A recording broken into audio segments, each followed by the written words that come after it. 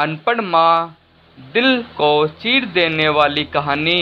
एक मध्यम वर्ग परिवार के एक लड़के ने 10वीं की परीक्षा में 90% अंक प्राप्त किए।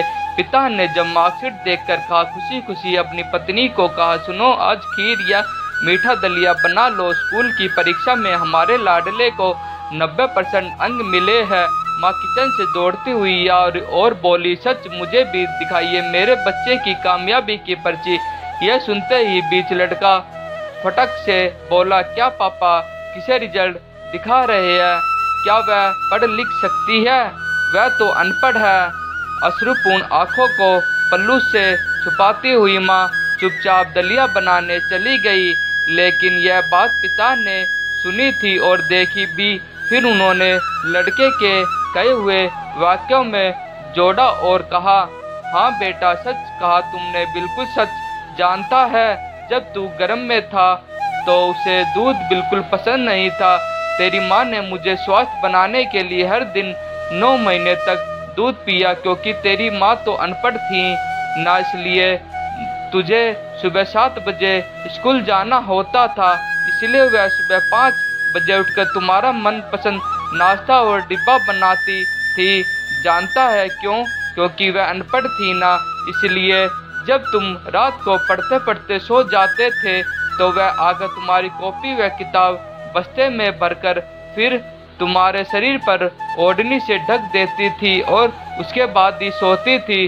जानते हो क्यों? क्योंकि वह अनपढ़ थी ना, इसलिए बचपन में तुम ज़्यादातर समय बीमार रहते थे। तब वह रात रात भर जाकर सुबह जल्दी उठती थी और काम पर लग जाती थी।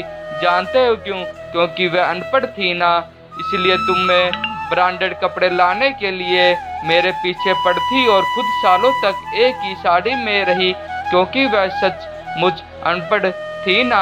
बेटा, पढ़े लिखे लोग पहले अपना स्वास्थ्य और मतलब देखते हैं, लेकिन तेरी माँ ने आज तक कभी नहीं देखा, क्योंकि अनपढ़ है ना वह, इसलिए खाना बनाकर और हमें परोस कर कभी कभी खुद खाना भूल जाती थी।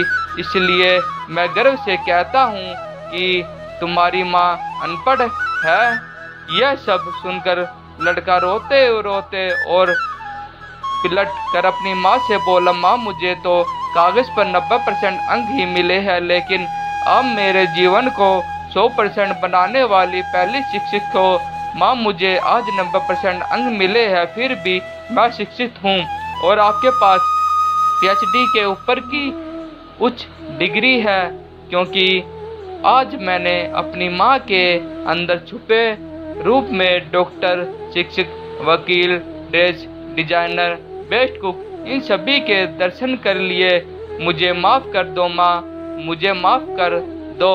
माँ ने तुरंत अपने बेटों को उठाकर सीने से लगाते हुए कहा, पगले, रोते नहीं हैं, आज तो खुशी का दिन है, चल हंस, और उसने उसे चूम लिया। ऐसी ही कहानियाँ और स्टोरी हम अपने चैनल के माध्यम से आपको रोज सुनाते रहेंगे। कृपया करके हमारे चैनल से जुड़े रहने के लिए हमारे चैनल को like, share, comment and subscribe जरूर करें।